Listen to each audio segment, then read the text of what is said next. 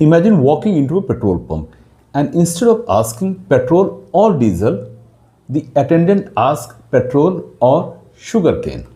Sounds impossible. Yet one country has been doing exactly that and for almost 50 years. And today, nearly 90% of the cars sold there can run on either petrol or almost pure ethanol. Meanwhile, India is rapidly increasing ethanol blending too. But here's the uncomfortable question. Are we copying Brazil's success or skipping the very steps that made it successful? Because if we get this transition wrong, millions of Indian vehicle owners could end up paying the price. When your governments talk about ethanol, the conversation usually sounds very simple. It will reduce oil imports, it will help farmers, and it is better for the environment. And honestly, all three statements are true. But here's what nobody tells you. How you introduce a new fuel is often more important than the fuel itself. And history shows us this. Technology alone never changes a country. The transition does. And nowhere is this lesson clearer than in Brazil. Today, Brazil isn't just another country using ethanol. It is considered the world's greatest success story in biofuel adoption. Universities study it, energy experts admire it, and governments around the world try to learn from it, including India. But here's the twist. While India is trying to reach the same destination, it has chosen a very different road. And that difference could determine whether India's ethanol revolution becomes a success or a very expensive mistake. Now you might be wondering, why should I care? Simple, because this isn't only about fuel. It's about the price you pay every time you visit a petrol pump, the mileage your car delivers, the future resale value of your vehicle, India's dependence on imported crude oil, our farmers, our economy, and even national security. This affects almost every Indian family. Whether you own a motorcycle, a scooter, a car, or simply travel by taxi. So before we judge India's ethanol policy, let's first understand how Brazil achieved what many once thought was impossible. Let's travel back to the early 1970s. Brazil had a huge problem. Its economy depended heavily on imported oil. And then came the 1973 global oil crisis. Oil prices exploded almost overnight. Countries across the world panicked. Fuel suddenly became expensive, imports became painful. Inflation rose, economic growth slowed. And Brazil was hit especially hard. But exactly at the same time, another crisis appeared. Brazil was one of the world's largest producers of sugar, and global sugar prices had collapsed. Farmers were suffering, sugar mills were struggling. Now imagine being the Brazilian government. On one side, you are spending enormous amounts importing oil, and on the other, millions of tons of sugarcane have no profitable future. Most governments would treat these as two separate problems. But Brazil did something extraordinary. It connected them. Instead of asking, how do we buy cheaper oil? They asked, what if our cars could run on what our farmers already grow? And that single question changed the country's future. Brazil launched one of the most ambitious energy experiments in modern history, the National Alcohol Program, better known as Proalcool. The idea sounded almost unbelievable. Produce ethanol from sugarcane, blend it with petrol, eventually build cars that will even run entirely on ethanol. Many experts laughed, and car companies were skeptical. Consumers were nervous. Critics predicted failure because changing fuel isn't like changing a mobile phone charger. An entire ecosystem has to change. Fuel stations, refineries, automobile companies, engine technology, government regulations, supply chains, consumer confidence, everything. Yet Brazil didn't panic. It didn't force the change overnight. Instead, It followed a strategy that decades later would become its greatest strength. Here's something fascinating. Most people believe Brazil suddenly started using ethanol in 1970s, but that's not true. The preparation had actually begun decades earlier. Way back in 1931, Brazil had already introduced a law requiring a small amount of ethanol to be blended with petrol. Think about that. The real transition wasn't built in 5 years. It wasn't even built in 20 years. It evolved over nearly half a century. Step by step, policy after policy, technology after technology, consumer after consumer. There were mistakes, there were setbacks. There were years when oil became cheap again, and there were years when ethanol demand fell. But Brazil stayed committed to the long game, and that patience made all the difference. Now, here's where the story becomes even more interesting. Because Brazil's success wasn't just about using ethanol, it was about how it convinced an entire nation to trust a completely new fuel. In fact, Brazil followed three simple principles that transformed a risky experiment into one of the greatest energy success stories in the world. And surprisingly, these are the very principles many experts believe India has overlooked. Let's understand those three lessons. So, Brazil had a vision. It wanted to reduce oil imports, support billions of sugarcane farmers, and make its economy less dependent on global oil prices. But here's the interesting part: having a vision is easy, executing it is incredibly difficult. History is full of governments with ambitious plans that failed because they ignored one simple truth. People don't like sudden change, especially when that change affects something they use every single day, like fuel. So, how did Brazil succeed where many countries struggled? The answer lies in three extraordinary decisions that transformed a risky experiment into one of the world's biggest energy success stories. Imagine your doctor tells you, starting tomorrow, no sugar, no rice, no salt, no tea, no coffee. Most people would quit within a week. And now imagine another doctor says, this month, reduce sugar by 1 spoon. Next month, walk for 20 minutes. Will improve gradually. Which advice is more likely to succeed? Exactly. Brazil treated ethanol exactly like that.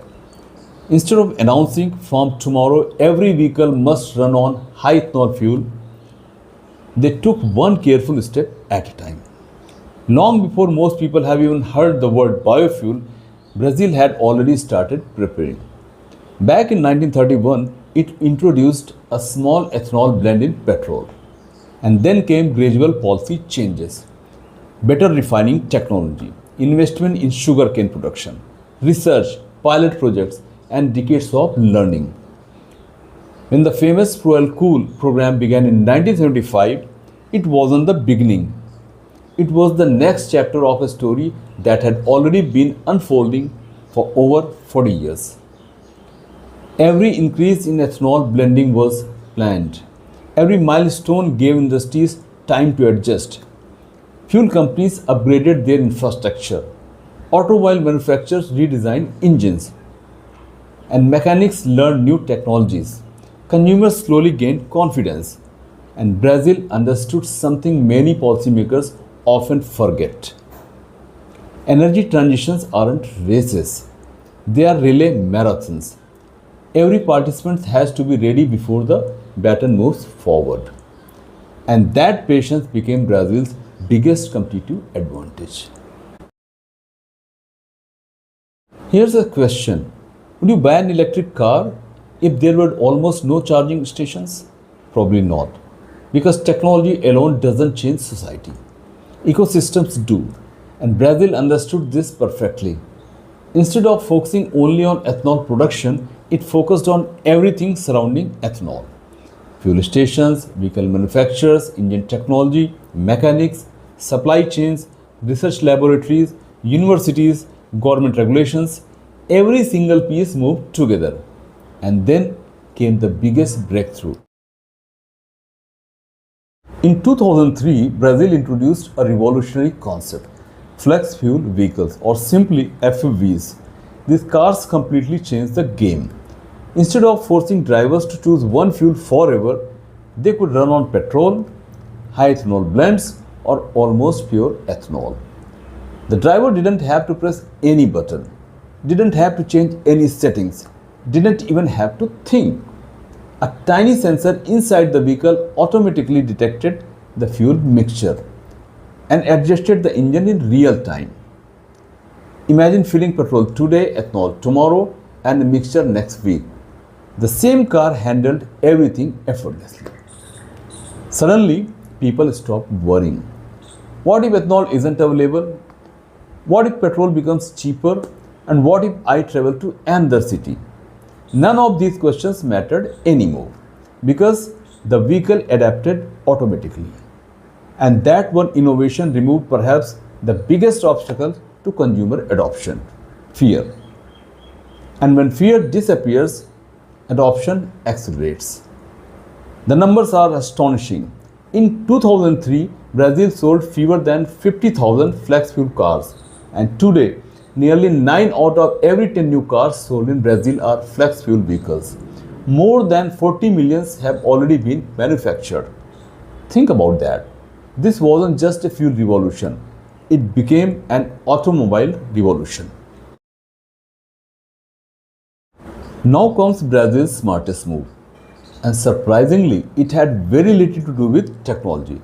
It had everything to do with human psychology. Walk into almost any petrol station in Brazil today and you will usually see two options. Regular petrol already blended with ethanol or almost pure ethanol. Nobody forces you, nobody lectures you, and nobody pressures you. The decision is yours. But here's where it gets clever. Very often, pure ethanol costs 25 to 35% less than petrol. So every Brazilian driver asks a simple question. Which fuel gives me better value today? Sometimes it's petrol and sometimes it's ethanol. But either way, the customer feels in control. And people love making their own decisions. Governments can pass laws, experts can hold conferences, advertisements can promote cleaner fuels. But nothing is more persuasive than saving money. And Brazil understood this. Instead of asking citizens to sacrifice, it rewarded them. Lower fuel bills, greater flexibility, freedom of choice, and that's a combination that's incredibly difficult to resist. When you look closely, Brazil wasn't really selling ethanol. It was selling confidence. Confidence that your car would work. Confidence that fuel would be available. Confidence that you wouldn't lose money. Confidence that the government had planned the transition properly. And once people trusted the system, everything else followed naturally. Consumers adopted it, manufacturers invested more, fuel stations expanded, competition increased, technology improved, the entire ecosystem entered a positive cycle. And that's why today Brazil isn't known as a country that experimented with ethanol. It's known as the country that mastered it. Now here's the uncomfortable question. India and Brazil actually started with very similar goals. Reduce oil imports, support farmers, strengthen energy security, build a cleaner future. So if the destination is almost identical, why does India's ethanol journey feel so different? Because while Brazil spent decades preparing every piece of the puzzle, many experts believe India has been trying to solve the puzzle while it's already being assembled. And that's where the story takes a dramatic turn. In the next part, let's examine India's ethanol transition and why it has become one of the most debated energy policies in the country. So far, Brazil's story almost feels like a textbook. A clear vision, a patient strategy, an ecosystem built over decades, and finally, a nation that willingly embraced ethanol. Now let's come back home because India also has a compelling reason to adopt ethanol. In fact, our reasons may be even stronger than Brazil's. India imports nearly 90% of the crude oil it consumes. Every time global oil prices rise, our import bill shoots up. The rupee comes under pressure. Inflation increases, petrol and diesel become more expensive. The economy feels the shock. So when the government says we need alternatives to imported oil, it's not wrong. It's absolutely right. The real question isn't whether India should adopt ethanol. The real question is how should India adopt it? And this is where the debate begins. India's ethanol blending program officially started years ago, but for a long time progress was slow. Then something changed. In 2022, India achieved 10% ethanol blending. It was a major milestone. Experts applauded, the government celebrated, the industry geared up for the next phase. But what happened next surprised almost everyone. Instead of gradually moving towards 20% blending by 2030, the target was brought forward dramatically. And within just 3 years, India jumped from E10 to E20. And suddenly, E20 became the default petrol available across much of the country. Now imagine this, you are driving a car you bought 5 or 6 years ago, and nobody asked whether your vehicle was designed for E20. Nobody gave you a choice at the fuel station. One day, the fuel itself had changed, and for many motorists, the transition felt almost invisible until they noticed something wasn't quite the same. It wasn't will this reduce oil imports or it wasn't will this help farmers. It was something much simpler. Why am I getting fewer kilometers per liter? And that's when ordinary people started paying attention. Because while ethanol burns cleaner, it also contains less energy than petrol. Which means for the same distance, your engine generally needs more fuel. In simple words, many drivers experienced a drop in mileage. And here's the important point. The government had repeatedly assured people that vehicle performance would not be affected. And technically, that statement wasn't entirely wrong. Acceleration, engine response, and drivability remained largely similar. But many consumers define performance differently. For them, performance means one thing. How far can my vehicle go on 1 liter of fuel? And when mileage drops, people naturally feel they are spending more. Whether the difference is small or large, the perception matters. And perception often shapes public opinion more than technical facts. Now let's compare India with Brazil. Brazil first prepared the automobile industry, then expanded flex fuel vehicles, and then gave consumers fuel choices. But India has taken a different route. The fuel has moved ahead, while much of the vehicle ecosystem is still trying to catch up. Today, millions of cars and motorcycles on Indian roads were never originally designed for higher ethanol blends. Most newer vehicles can handle E20 reasonably well, but older vehicles are a different story. Mechanics have raised concern about aging rubber seals, plastic components, and fuel lines wearing out faster over time. Are all these fears guaranteed to happen? No. Some claims have undoubtedly been exaggerated. But here's the real issue. When consumers aren't sure, uncertainty itself becomes a problem. Because trust, once lost, is very difficult to rebuild. Now think back to Brazil. Before pushing very high ethanol blends, it had millions of flex fuel vehicles already on the roads. Drivers had options. India, on the other hand, has only a handful of flex fuel models and prototypes. A few manufacturers have showcased promising vehicles. Some two-wheelers are also being developed. But compared to the size of India's automobile market, they remain the exception, not the rule, which creates a strange situation. We are moving toward fuel that many future vehicles are expected to use before most future vehicles have actually arrived. It's a bit like constructing an expressway before enough cars exist to drive on it. Perhaps the biggest difference between Brazil and India isn't technology. It's a choice. In Brazil, if ethanol makes financial sense today, drivers choose ethanol. And if petrol offers better value, they choose petrol. The decision belongs to the consumer. But in India, most motorists don't feel they made that choice. They simply discovered that the fuel available at the pump had changed. And whenever people feel change is imposed rather than chosen, resistance grows. Not necessarily because the policy is wrong, but because people feel left out of the decision. Public trust isn't built only through announcements, it's built through transparency, clear communication, and giving people time to adapt.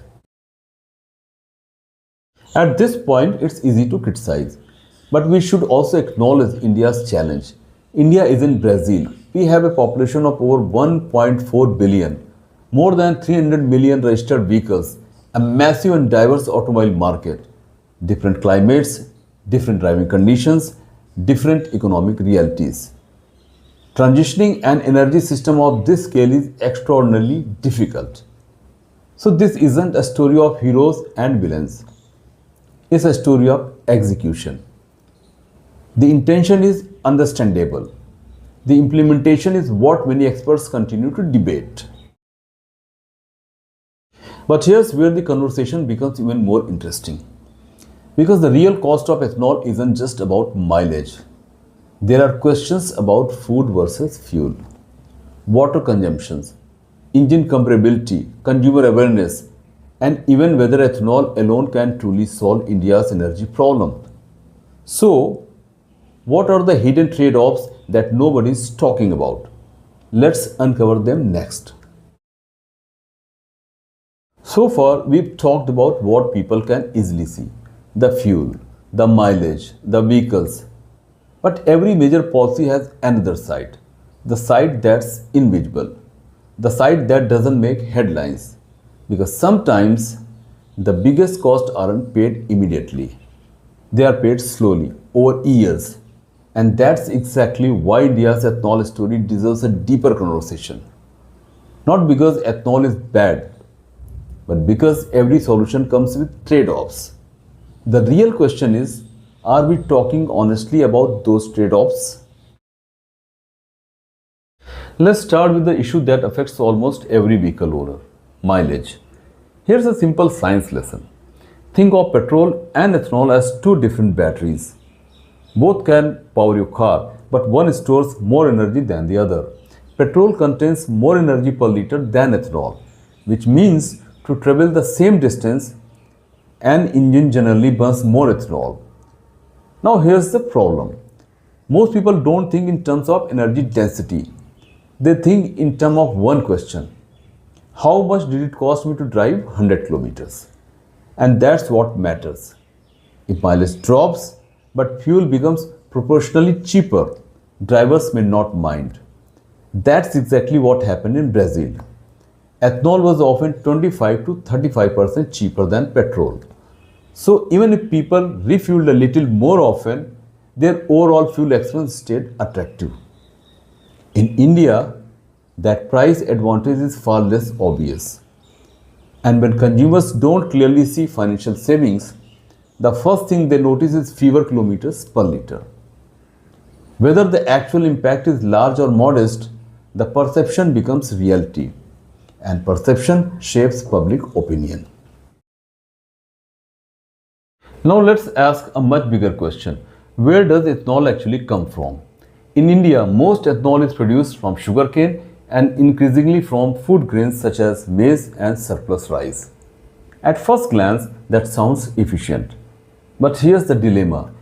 The same agricultural land, the same water, and the same crops can either feed people or fuel vehicles. This debate is known around the world as food versus fuel. Supporters argue that ethanol creates additional income for farmers, reduces excess sugar stocks, and cuts oil imports. But critics worry that diverting food crops toward fuel could influence food prices if not managed carefully.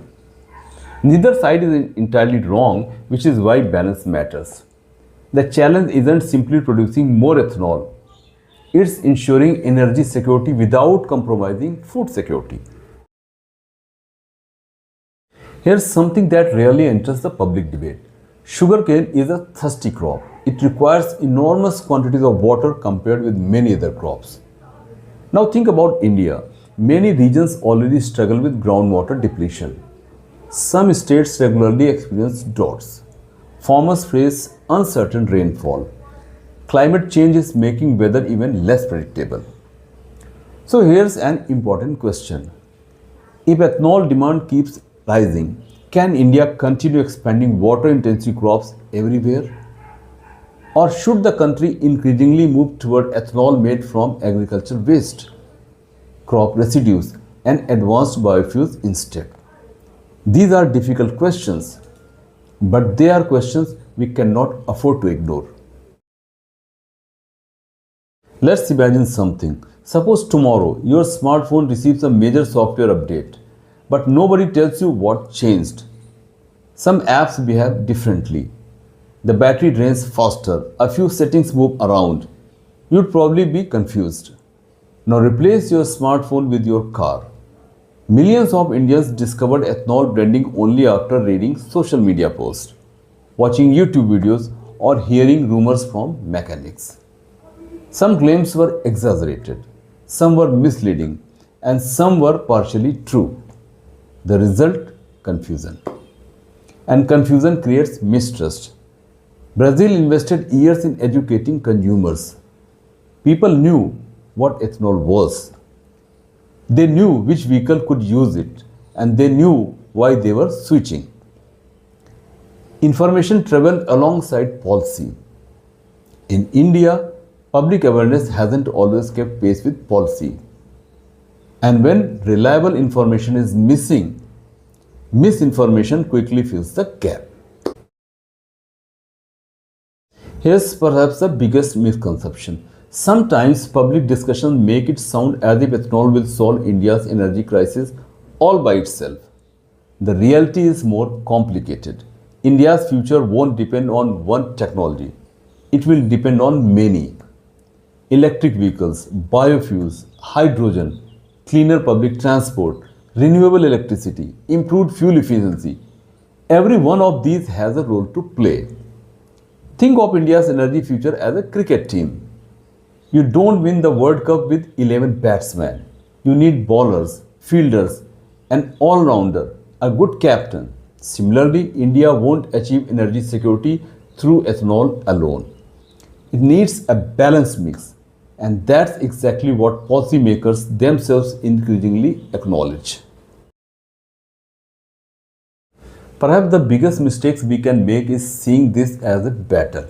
Petrol versus ethanol, EVs versus biofuels, farmers versus consumers. And that's the wrong way to look at it. The real challenge is designing a transition that benefits everyone. Farmers should gain, consumers should feel confident, automobile companies should have enough time to innovate, and the environment should genuinely improve. When one stakeholder feels left behind, the transition becomes harder. So, does all this mean India should slow down, or does it simply mean India should learn from countries that have already traveled this road? Because one nation has already shown the world that ethanol adoption can succeed, not through speed, but through planning, not through compulsion, but through confidence. In the final part, let's explore the biggest lesson India can learn from Brazil and what the future of Indian mobility could really look like. So after everything we've discussed, one question still remains. Who's right? Is India making a bold move toward energy independence or rushing into a transition before the country is fully prepared? The answer is probably somewhere in between. Because history tells us something important. Great ideas don't fail because they are wrong. They fail because they are implemented poorly. And that's exactly where Brazil offers India its biggest lesson. Not in what it did, but in how it did it. Governments love announcing ambitious targets: 20% blending, 25% blending, net zero emissions, energy independence. These goals are important, but citizens don't experience targets, they experience outcomes. When people pull into a petrol station, they are not thinking about national energy policy. They are thinking, will my vehicle run smoothly? Will my mileage drop? Or am I paying more than before? And if those questions remain unanswered, public confidence begins to weaken. And Brazil understood that. Before asking people to change, it first earned their trust. And trust, once earned, makes every future reform easier. Brazil didn't simply produce more ethanol, it prepared the entire ecosystem: automobile companies, fuel stations, mechanics, engine technology, consumer education, everything moved together. And that's why the transition felt natural. India now has the opportunity to do the same: accelerate flex fuel vehicle production, expand consumer awareness, strengthen fuel infrastructure, encourage innovation, allow manufacturers enough time to adapt. And when every stakeholders move together, change stops feeling forced. It starts feeling inevitable. Perhaps Brazil's greatest success wasn't technology, it was psychology. People adopted ethanol because they wanted to, not because they had no alternative. When consumers see visible savings, clear benefits, and reliable information, they rarely resist change. They embrace it. And that's a lesson every policymaker should remember. Real transformation doesn't happen when people are compelled. It happens when they become willing participants. But maybe this story isn't really about ethanol at all. Maybe it's about something much larger. Think about the biggest transformations happening around us: artificial intelligence, electric vehicles, renewable energy, digital payments, hydrogen fuel. Every one of these changes promises a better future. But every one of them also demands something difficult: adaptation. The countries that succeed won't necessarily be the fastest. They'll be the ones that prepare their people the best, because technology evolves quickly, human trust evolves slowly, and ignoring that difference can become incredibly expensive. The good news is India still has an extraordinary opportunity. We have one of the world's largest agriculture sector, brilliant engineers, a growing automobile industry, a rapidly expanding renewable energy ecosystem, and a young population capable of embracing new technologies. If these strengths come together, India doesn't have to copy Brazil.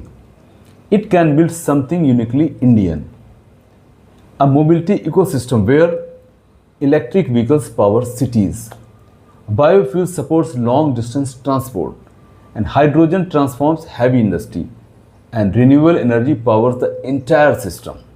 That's not just an energy transition, that's an economic transformation. So, the next time you stop at a petrol pump, look at the nozzle for a moment. What flows out isn't just a fuel, it's policy, it's economics, it's agriculture, it's technology, it's geopolitics, and it's a glimpse of the future India is trying to build. The real question isn't whether ethanol is good or bad. The real question is, can India build a transition that's as trusted as it is ambitious? Because the goal isn't simply to reduce oil imports. The goal is to create a system where farmers prosper, consumers feel confident, industry innovates, and the nation becomes stronger. Brazil proved that such a transformation is possible. Now, India had the chance to prove that it can do it in its own way, not by moving the fastest, but by moving the smartest. And perhaps that will be the difference between a policy that's merely announced and one that's remembered as a historic success. So, what do you think? Is India moving in the right direction with ethanol, or should it slow down and strengthen the ecosystem first? I'd genuinely love to hear your perspective and share your thoughts in the comments. And if this video helped you understand an issue that affects millions of Indians but rarely gets explained in depth, Please like the video and share it with someone who owns a car or bike. The more informed our discussions are, the better our decisions can be. And if you are passionate about understanding the big stories shaping India's economy, technology, energy, and future, subscribe to the channel and turn on notifications. Because here, we don't just report the news, we decode the word behind the headlines. So until next time, stay curious, stay informed, and I'll see you in the next video. Thank you so much for watching.